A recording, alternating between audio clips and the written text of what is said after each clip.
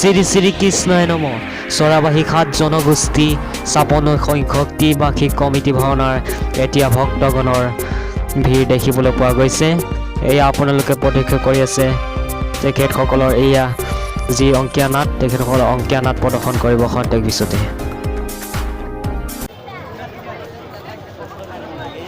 এয়া আপোনালোকে দেখিবলৈ পাই আছে মানুহৰ ভিৰ এতিয়া যথেষ্ট দেখিবলৈ পোৱা গৈছে আৰু সন্দেহৰ পিছত আৰু মানুহৰ ভিৰ দেখিবলৈ পোৱা যাব।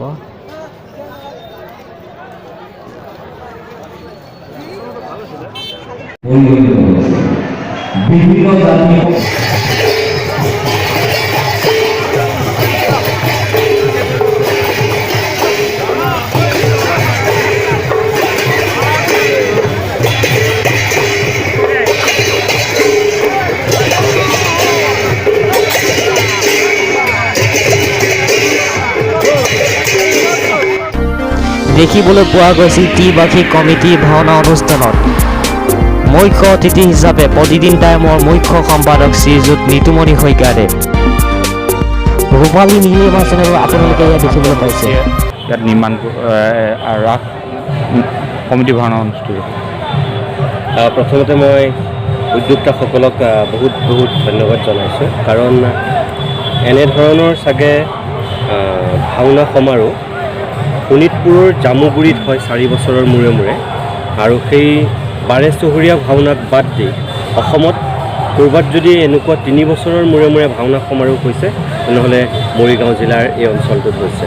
গতিকে ইয়াত আটাইতকৈ ডাঙৰ কথাটো হৈছে 7টাকৈ জনগোষ্ঠী মিলি একত্ৰিতভাৱে তেওঁলোকে এই ভাওনা সমাৰোহখন আয়োজন কৰিছে। 56 সংখ্যক এইবাৰ ভাওনা সমাৰোহ, কিন্তু বছৰৰ ফালৰ পৰা 168 বছৰ।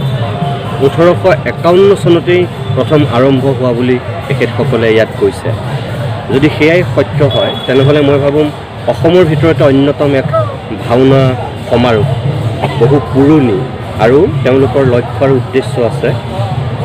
যি উদ্দেশ্যৰে উদ্যোক্তাসকলে সমন্বয়ৰ বাৰ্তা বিলাই এই ভাওনা সমাৰোহখনৰ আয়োজন কৰিছে, মই ভাবোঁ তেখেতসকল 100% সফল হওক, আৰু এই বাৰ্তাটো অসমৰ ইমূৰৰ পৰা সিমূৰলৈ যাওক, সমন্বয়ৰ বাৰ্তা বিলাওক।